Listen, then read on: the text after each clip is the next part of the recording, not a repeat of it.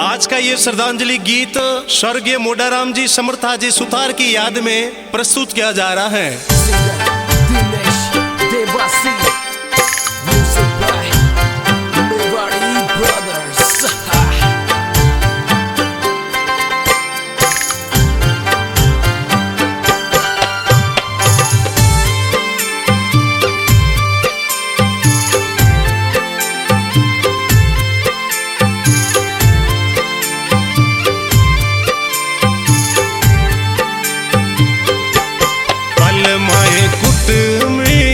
कबीलो मारो टूट गयो पल माए कुटुंब कबीलो मारो टूट गयो सुनो करे ज्ञात घरी परिवार ओ सुनो करे ज्ञात घरी परिवार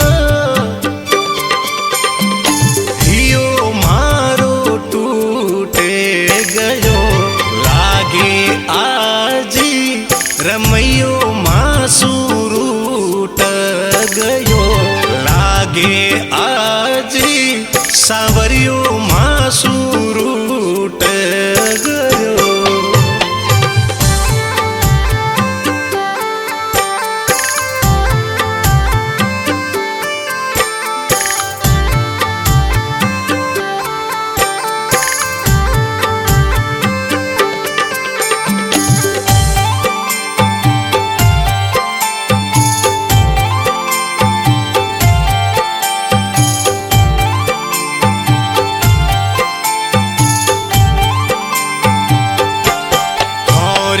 जोड़ायती मरगा देवी रुदन करे औरी जोड़ायती मरगा देवी रुदन करे मारा भवी भवीरा भारी तार हो मारा भवी भवीरा भारी तार क्यों साथी थारो छूट गयो लागे आज रमैयो मासूरूट गयो लागे आजी सांवरियो मासूरूट गयो।